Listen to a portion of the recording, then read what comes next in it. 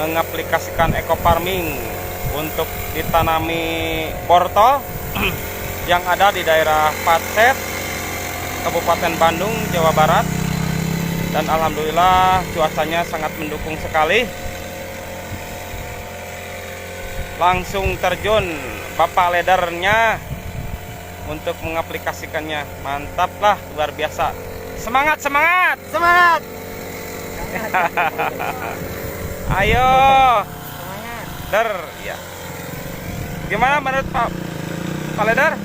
Alhamdulillah, mudah-mudahan ini adalah awal kebaikan kita untuk yang akan datang. Amin, amin, Ya, amin. Pilihan ini mudah-mudahan ke depan masyarakat khususnya daerah Pacet, Kabupaten Bandung bisa memanfaatkan produk eco farming ini. Masya Amin ya Allah ya Rabbal alamin. Amin, Karena amin, dengan amin. eco farming lahan subur, Petani makmur. Salam sinergi. Go berkah, go sukses. Go sukses, go berkah. Yo, betul. Go sukses, go berkah, no riba. Assalamualaikum warahmatullahi wabarakatuh. Apa kabar semuanya? Alhamdulillah pagi ini kita sedang berada di tengah-tengah kebun cabai milik Pak Haji Muin di Tambak Sarinah. Masya Allah Bapak Ibu, ini saya ngesutnya harus dari atas karena saya sudah tenggelam di antara pepohonan cabai yang beliau tanam mulai dari pembukaan lahan kemarin. Nah, beliau mau panen cabainya pagi hari ini dan kita akan ngobrol langsung bagaimana pengalaman beliau setelah menggunakan pupuk kita eco farming.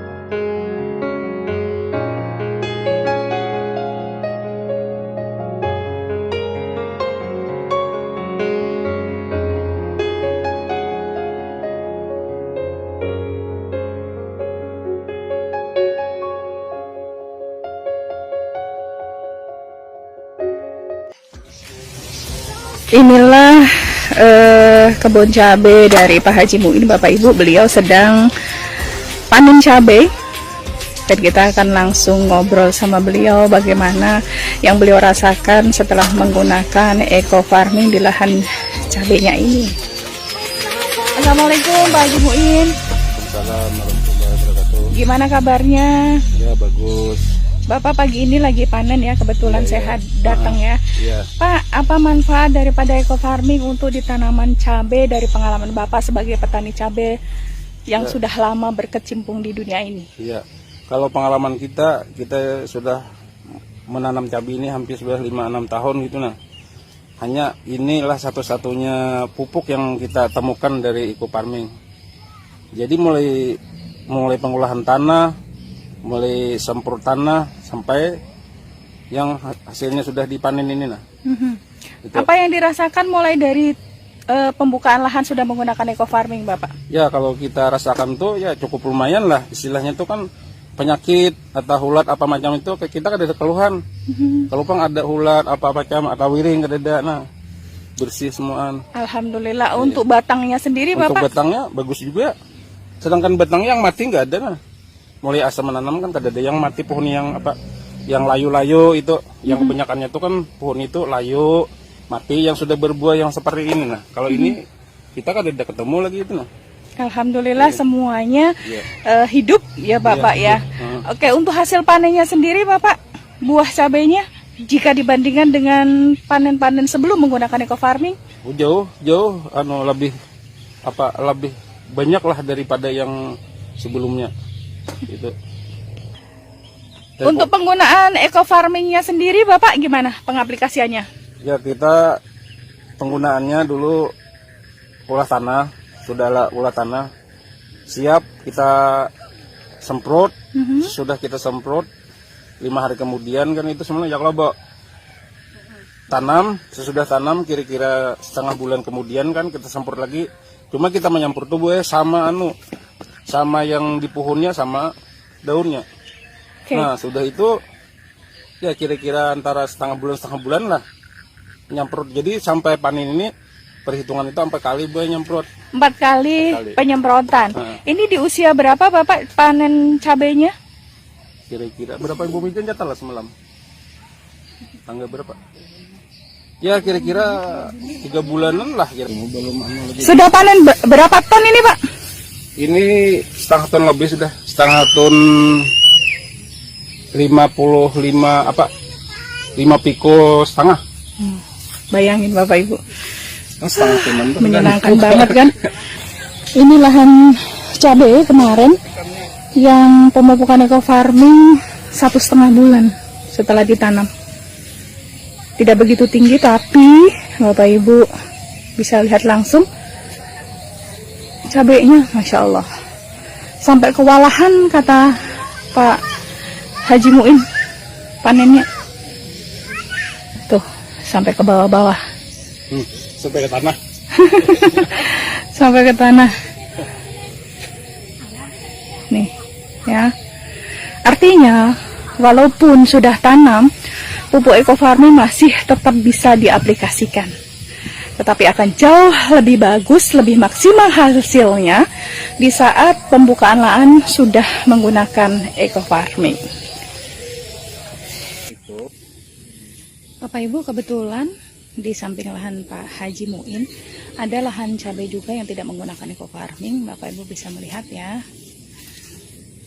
tumbuhannya lebih rendah, nggak nyampe ada selutut ya, banyak sekali yang kering ya.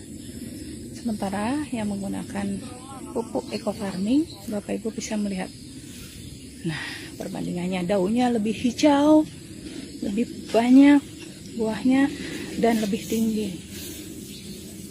Nih.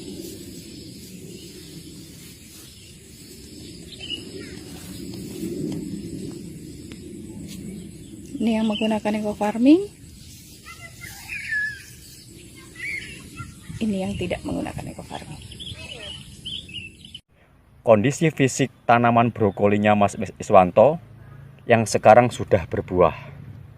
Alhamdulillah, wasilah dari sentuhan-sentuhan eco farming, kondisi fisiknya luar biasa, istimewa brokolinya Mas Iswanto.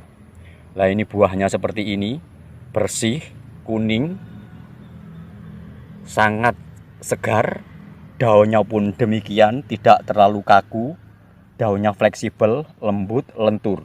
Ini berarti ciri khas brokoli sehat, brokoli bagus.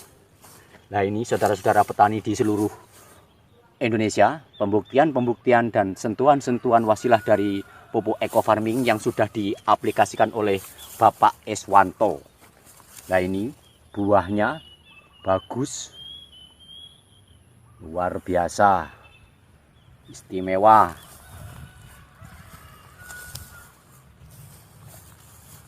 Nah, ini lagi buahnya, segar, daunnya pun juga segar. Luar biasa brokolinya Pak Iswanto. Inilah pembuktian-pembuktian, sentuhan-sentuhan dan wasilah pupuk eco farming yang sudah diaplikasikan oleh Bapak Iswanto. Semoga memberikan contoh-contoh kepada petani yang lain yang belum menggunakan pupuk eco farming pengaplikasian di tanaman brokoli. Sekian laporan dari kami. Wassalamualaikum warahmatullahi wabarakatuh. Salam sinergi, salam eco farming.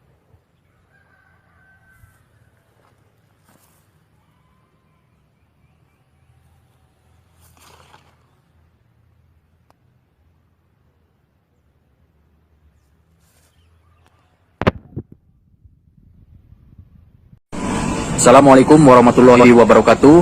Semangat pagi Bapak Ibu Saudara semuanya dimanapun Anda berada saat ini. Untuk para mitra, informasi produk tambahan baru dari PTBS ya. Ini ada Eco Farming Agen Hayati ya. Nah, ini cara penggunaan kalau jika kita di awal lagi bajak tanahnya ya. Ini sesudah dibajak baru disemprot Eco Farming Agen Hayati ini dulu ya. Karena kenapa? Untuk membunuh dulu mikroba yang jahatnya.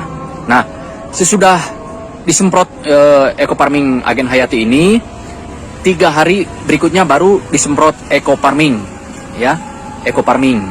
Nah, sudah Eco Farming 5 hari baru tanam tanamannya. Oke. Nah, ini Agen Hayati. Nah, berikutnya lagi kalau mau disemprot lagi ini untuk anti hamanya yaitu per 2 pekan atau 2 minggu lah gitu ya. Nah, ini ya.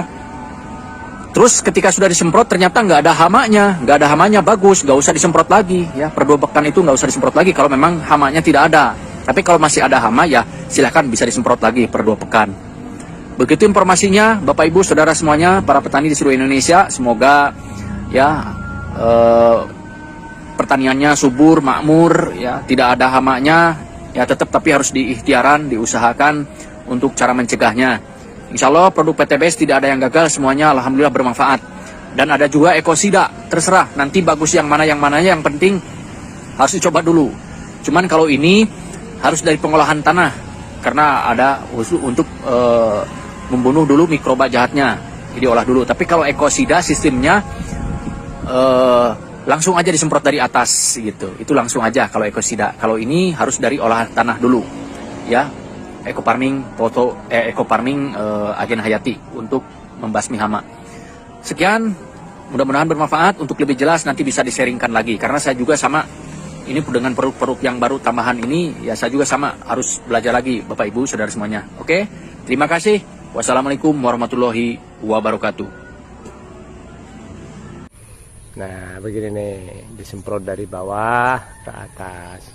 Jadi spuyer itu diarahkan ke bawah daun atau stomata, mulut daun. Itu adanya di bawah daunnya, bukan di atas daun, bukan di punggungnya. Nah, ini contohnya seperti ini. Oke. Nah, penyemprotan menggunakan cara mengembun ya, diembunkan ya, dengan spray gitu ya. Jadi nyemprot dari bawah ya, dari bawah ke atas, dari bawah ke atas. Oke, semoga bermanfaat. Assalamualaikum warahmatullahi wabarakatuh. Fotosintesa, biarkan tanaman bicara.